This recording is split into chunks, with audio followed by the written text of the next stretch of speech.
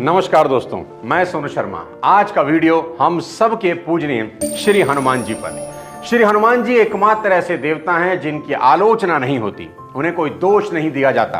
कई देवता ऐसे हैं जिनकी हम पूजा तो करते हैं पर क्रिटिसाइज भी करते हैं। देवराज इंद्र की पूजा होती है लेकिन लोग उनकी आलोचना भी खूब करते हैं। ब्रह्मा जी के पुत्र देव ऋषि नारद जी की पूजा होती है पर लोग उनकी आलोचना भी करते हैं। जो इंसान इधर की बात उधर करे उसे नारद मुनि तक कहने लगते हैं। यहाँ तक कि हनुमान जी के आराध्य श्री रामचंद्र जी को भी लोग क्रिटिसाइज करते हैं कि उन्होंने अपनी पत्नी मां सीता की अग्नि परीक्षा करवाई और किसी धोबी के कहने से उन्हें अयोध्या से बाहर निकाल दिया। इस हिंदुस्तान में लोग भगवान कृष्ण की आलोचना भी करते हैं कि वो छलिया हैं, चोरी करते हैं। उन्होंने महाभारत के युद्ध में कई बार अधर्म से युद्ध किया, लेकिन हनुमान जी एकमात्र ऐसे देवता हैं जिनका एक भी आलोचक आपको पूरे संसार में ढूंढने से नहीं मिलेगा। आपको उनकी एक भी कमी नहीं मिलेगी। इस चिरंजीवी देवता की यह उपलब्धि उन्हें कलयुग का सबसे लोकप्रिय देवता सिद्ध करने के लिए पर्याप्त है। उनके लिए एक ही बात कह सकते हैं कि नहीं लगा सकता इनके कद का कोई अंदाजा, एक आसमान है फिर भी सर झुकाकर खड़ा है। इस वीडियो में श्री हनुमान जी के जीवन से ऐसी 3 बातें सीखेंगे जिनको अपनी लाइफ में अप्लाई करके आप बेहद कामयाब और पूजनीय बन सकते हैं। इसलिए इस वीडियो को लास्ट तक देखिए, न जाने कौन सी बात आपकी जिंदगी बदल दे। पहली सीख, अगर जीवन में कामयाब होना है तो जिम्मेदार बनो।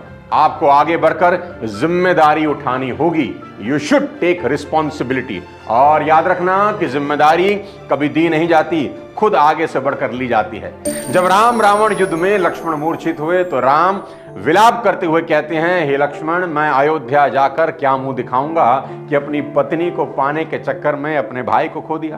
तुम जागते क्यों नहीं? राम बेहद दुखी हैं और उनका दुख वहां खड़े सभी देख रहे हैं पर कोई कुछ कह नहीं रहा, कोई कुछ कर नहीं रहा। श्री हनुमान जी भी वहीं खड़े हैं और सब देख और सुन रहे हैं। वो खुद से आगे आते हैं और पूरी जिम्मेदारी लेकर कहते हैं कि हे भगवान, आप चिंता ना करें, काल की भी ताकत नहीं जो लक्ष्मण भैया के प्राण ले सकें। और अगर आप आदेश करें तो एक छलांग लगाकर चांद को ले आऊं और उसको निचोड़कर उसमें से अमृत निकालकर लक्ष्मण जी के मुंह में रखकर उन्हें जीवित कर दूं।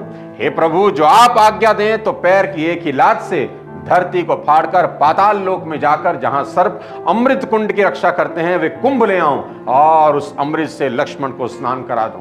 भगवान, आप आदेश करो तो काल को भी पकड़कर यहां ले आऊं, बस आप आदेश करो। क्या गजब की चीज है सीखने की।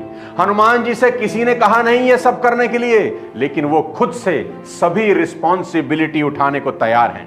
पर उस वक्त भगवान खुद शोक में डूबे हुए हैं, उन्हें कोई सुध नहीं। उस समय विभीषण कहते हैं, लंका में सुषेण वैद है, अगर कोई उन्हें ले आए तो बात बन सकती है। हनुमान जी फिर सबसे आगे आते हैं और कहते हैं, बस इतनी सी बात, अभी ले आता हूं। जब तक किसी को कुछ समझ आता तब तक तो हनुमान जी एक छलांग लगाकर लंका पहुंच गए। रात हो गई, सभी सो गए हैं। हनुमान जी ने सोचा, अगर वैदराज से रिक्वेस्ट करूंगा चलने की तो शायद ये मानेंगे नहीं। हनुमान जी बेहद चतुर हैं, होशियार भी हैं। उन्होंने वैद सुषेण का घर जड़ समेत उखाड़कर वहां रख दिया जहां लक्ष्मण जी मूर्छित हैं। हनुमान जी ने कहा, वैदराज, इनकी दवा कीजिए। सुषेण लक्ष्मण की नब्ज देखते हैं तो कहते हैं, करीब करीब असंभव है। हनुमान जी फिर से आगे आते हैं, रिस्पॉन्सिबिलिटी लेते हैं और कहते हैं, आप बताइए तो सही क्या करना होगा। सुषेण कहते हैं, महावीर, इलाज तो है परंतु अति कठिन और असंभव है। अति दूर उत्तर दिशा में हिमालय पर्वत पर संजीवनी नाम की औषधि है, उसे लाना होगा। हनुमान जी फिर जिम्मेदारी उठाते हुए कहते हैं, बस इतना ही, अभी जाकर ले आता हूं, कौन सी बड़ी बात है। तब सुषेण चेतावनी देते हुए कहते हैं कि महावीर, इस औषधि को प्रातःकाल सूर्य उदय से पहले लाना होगा। सूर्य उदय से पहले उस औषधि की 2 बूंदें अगर लक्ष्मण के मुंह में डाली जाएं तो लक्ष्मण खड़े होंगे, पर सूर्य उदय के बाद यह औषधि किसी काम की नहीं। हनुमान जी बिना 1 सेकंड गवाए श्री राम के चरणों में सर रखकर कहते हैं, प्रभु आज्ञा दें। यहाँ राम बहुत दयनीय भाव से हनुमान से पूछते हैं, पवन पुत्र, सूर्य उदय होने से पहले क्या तुम आ पाओगे? लंका से हिमालय तो बहुत दूर है। अब यहाँ हनुमान जी का आत्मविश्वास देखिए, विल पावर देखिए। वे बोले, प्रभु आपकी आज्ञा होगी तो आ जाऊंगा। और सूर्य की इतनी ताकत नहीं कि वह उदय हो, अगर उसने उदय होने का साहस भी किया तो मैं उसे अपने मुख में रख लूंगा, बस आप आज्ञा दें। भगवान ने अपने दोनों हाथ हनुमान जी के सर पर रखे और सियावर रामचंद्र की जय कहकर हनुमान जी ने छलांग लगाई। तो देखने वाले कहते हैं कि हनुमान जी जाते हुए दिखे ही नहीं, बस एक रेखा जाती हुई दिखाई दी और हनुमान जी संजीवनी बूटी लेकर रात ही रात में लौट आए। इस पूरे एपिसोड में क्या सीखा? रिस्पॉन्सिबिलिटी लेना, हर काम में आगे बढ़कर कहना कि मैं करूंगा, चाहे काम कितना ही मुश्किल क्यों ना हो। और याद रखना, रिस्पॉन्सिबिलिटी कभी नहीं दी जाती, बस ली जाती है। सिर्फ यही एक सूत्र पूरी जिंदगी बदलने के लिए काफी है।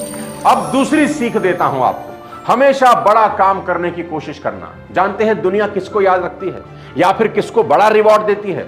दुनिया उसी को याद रखती है जो बड़े काम करते हैं। श्री हनुमान जी को लोग युगों के बाद भी इसलिए याद रखते हैं क्योंकि उन्होंने जीवन में बड़ी बड़ी चुनौतियों का सामना किया। उन्होंने 400 कोस का समुद्र लांघ दिया जो असंभव था। वो अगर कोई नदी नाला लांघते तो शायद कोई उन्हें याद ही नहीं रखता। जब लक्ष्मण मूर्छित हुए तो वो लंका से हिमालय चले गए संजीवनी बूटी लेने और रात रात में लौट आए।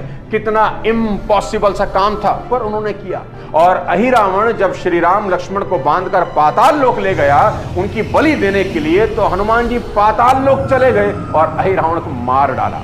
और जब भगवान नागपाश में बंधे तो हनुमान जी ही थे जो गरुड़ को देवलोक से ले आए और भगवान को बंधन मुक्त कर दिया। अगर आप नोट करें तो एक एक काम इतना बड़ा है कि बड़े से बड़े इंसान के सोच कर ही पसीने छूट जाएं, लेकिन बजरंगबली सभी कामों को शानदार तरीके से पूरा करते हैं। देखो दोस्त, क्रिकेट में अगर कोई टीम 60-70 रन पे ऑल आउट हो जाए और दूसरी टीम स्कोर चेज कर भी ले, क्या बड़ी बात हो गई।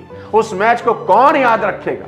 लेकिन साउथ अफ्रीका ऑस्ट्रेलिया का वो मैच आज भी लोग याद रखते हैं, जब साउथ अफ्रीका ने 434 रन चेज करके ऑस्ट्रेलिया को धो दिया। सबक बड़ा सीधा है, दुनिया बड़ी अचीवमेंट को याद रखती है। जैसे कोई डॉक्टर अगर आपकी खांसी जुकाम का इलाज करे तो आप कितनी कीमत देंगे? कुछ भी नहीं।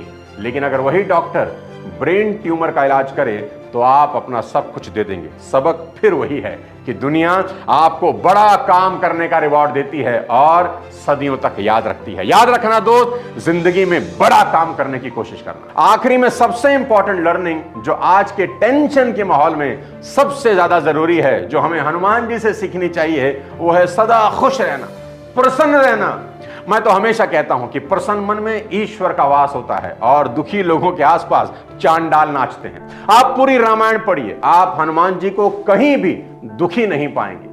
रामायण का करीब करीब हर पात्र दुखी है, हनुमान जी को छोड़कर। राम दुखी हैं, रो रहे हैं, कोई पत्नी को उठाकर ले गया है। सीता वहां रावण की अशोक वाटिका में दुखी हैं। लक्ष्मण जी भी गुस्से में हैं, मंथरा पर गुस्से में हैं, कैकेयी पर गुस्से में हैं। महाराज दशरथ राम के वियोग में दुखी हैं, इवन प्राण तक दे देते हैं। भगवान राम की तीनों माताएं दुखी हैं। भरत भी रो रहे हैं, अपनी मां को कोस रहे हैं और रावण तो परेशान है ही।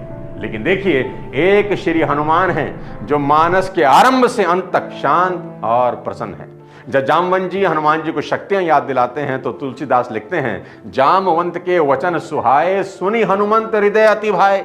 हनुमान जी बहुत खुश हो गए और बोले, सीता जी को खोजने का काम जरूर पूरा होगा क्योंकि मेरा मन बड़ा प्रसन्न है, मैं बहुत खुश हूं। इसलिए दोस्त, हमेशा याद रखना, जब आपका मन किसी भी काम को करने को लेकर खुश होता है ना, तब दिमाग ये सोचता ही नहीं कि काम होगा या नहीं, वो बस उस काम को पूरा करने में जुट जाता है। और हनुमान जी सब बांदरों को कहते भी हैं, तुम सब यही कंदमूल खाकर मेरा इंतजार करो, मैं सीता जी का पता लगाकर आता हूं। वो ये बिल्कुल नहीं कहते कि मैं ट्राई करता हूं, क्योंकि उनको कोई डाउट नहीं कि मां मिलेंगी या नहीं। वो बिल्कुल श्योर हैं क्योंकि मन प्रसन्न है। कितनी कमाल की बात आप सीख सकते हैं कि कोई भी काम करने के लिए आपके मन का खुश होना बहुत जरूरी है। जब भी आप कोई काम खुशी खुशी करते हैं तो ना तो थकावट होती है, ना टाइम का पता चलता है। इसलिए सक्सेस का सबसे बड़ा सीक्रेट यही है कि आप खुश रहें, मस्त रहें। दोस्तों, वीडियो के आखिरी में एक इंपॉर्टेंट लर्निंग देता हूं जो हनुमान जी से आप सीख सकते हैं, और वो है अच्छा शिष्य कैसे बना जाए। देखो दोस्त, शिष्य तो रावण भी था शंकर भगवान का, उससे बड़ा तो कोई शिष्य भगवान शंकर का हुआ ही नहीं। उसने अपने 10 सर काट कर महादेव को चढ़ा दिए, फिर भी कुल समेत मारा गया। क्या फर्क है रावण और हनुमान जी के बीच? मैं बताता हूं। रावण को अपनी ताकत का घमंड है, हनुमान जी को अपनी ताकत का एहसास तो है पर घमंड बिल्कुल भी नहीं। रावण को ऐसा लगता है कि शंकर जी का अस्तित्व मेरी ही वजह से है और श्री हनुमान जी को लगता है कि मेरा अस्तित्व श्री राम की वजह से है। दोनों की सोच के हिसाब से ही दोनों को परिणाम मिले, एक कुल समेत मारा गया और एक अमर हो गए। पूजा तो दोनों ही करते थे अपनी गुरु की, इसलिए कहता हूं कि शिष्य बनना तो हनुमान जी जैसा बनना, रावण जैसा नहीं। साथियों, वीडियो अगर पसंद आया हो तो चैनल को सब्सक्राइब कर दें और वीडियो को सभी हनुमान भक्तों को भेज दीजिए और कमेंट में बताना कि कौन सी सीख सबसे अच्छी लगी। यह भी बताना कि किस टॉपिक पर आप अगला वीडियो देखना चाहते हैं। अगले किसी और वीडियो के साथ फिर जल्दी मिलता हूं, तब तक अपने स्वास्थ्य का ध्यान रखिए। जय श्री